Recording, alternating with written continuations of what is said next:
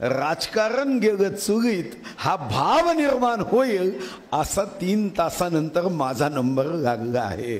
खरं तर जिथं राजकारण शब्द येतो ना तिथं दुर्दैवानी चक्रधर स्वामीच्या त्या हत्तीच्या कथेसारखं प्रत्येक जण त्याला जे पटेल त्याला जे समजेल त्याची व्याख्या करतो।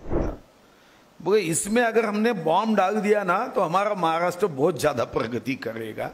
मनात मग धस्स झालं। त्यांनी माझ्याकडे अशा चेहऱ्यानी पाहिलं जसं काही मी चंद्रावरून इकडे उतरलो आहे आणि मग म्हणाला मैं क्या तुमको गफंगा गुच्चा बदमाश दिखता हूं कि मैं राजनीति में जाना चाहता। या 8व्या युवा संसदेत 10व्या क्रमांकावर भाषण देताना मनामध्ये एक दडपणी आहे की साधारणतः 3 तास कार्यक्रम सुरू आहे आणि जेव्हा पुस्तक वाचता वाचता चेहरे वाचायची सवय लागली तेव्हा असंही वाटायला लागलं की काही चेहऱ्यावरचे भाव बघितले तर आता कधी कार्यक्रम संपतो।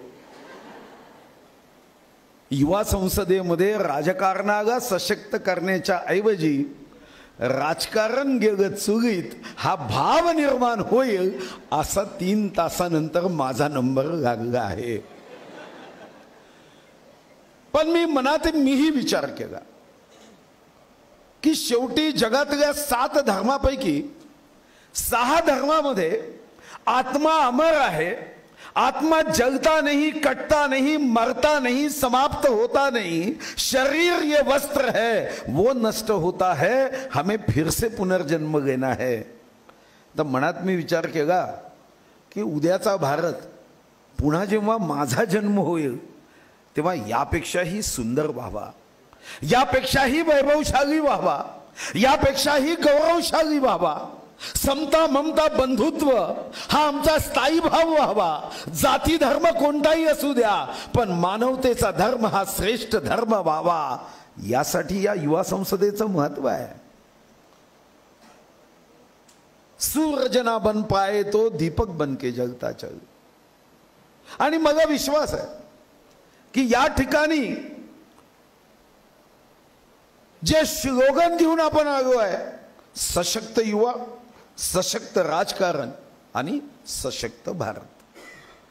खरं तर जिथं राजकारण शब्द येतो ना तिथं दुर्दैवानी चक्रधर स्वामीच्या त्या हत्तीच्या कथेसारखं प्रत्येक जण त्याला जे पटेल त्याला जे समजेल त्याची व्याख्या करतो। मग अजूनही आठवतं की मी पहिल्यांदा 16 मार्च 1995 पहिल्यांदा विधानसभेत निवडून गेलो, जिंकलो। निवडणूक तर त्या अगोदर लढली होती पण पहिल्यांदा निवडून आल्यानंतर विधानसभेत जाताना जुने कपडे काही मी टाकलेच नव्हते। मग तेव्हा मी जीन पॅन्ट, जीन शर्ट किंवा रंगीबेरंगी शर्ट घालायचो। आपण व्याख्येमध्ये ठरवूनच टाकलंय की राजकारण म्हणजे बंगाली पैजामा म्हणजे राजकारण। पण तेव्हा मला नवीन नवीन असं वाटायचं की ही चुकीची व्याख्या आहे आणि म्हणून जीन पॅन्ट, रंगीबेरंगी शर्ट आणि ते शोभतही होतो किंवा वय नव्हतं, आता ते शोभणार नाही। मी विधानसभेत कामकाज करून मॅजेस्टिक आमदार निवासाकडे निघालो, टॅक्सीत बसलो। म्हणजे मॅजेस्टिक आमदार निवास छोड़ देना।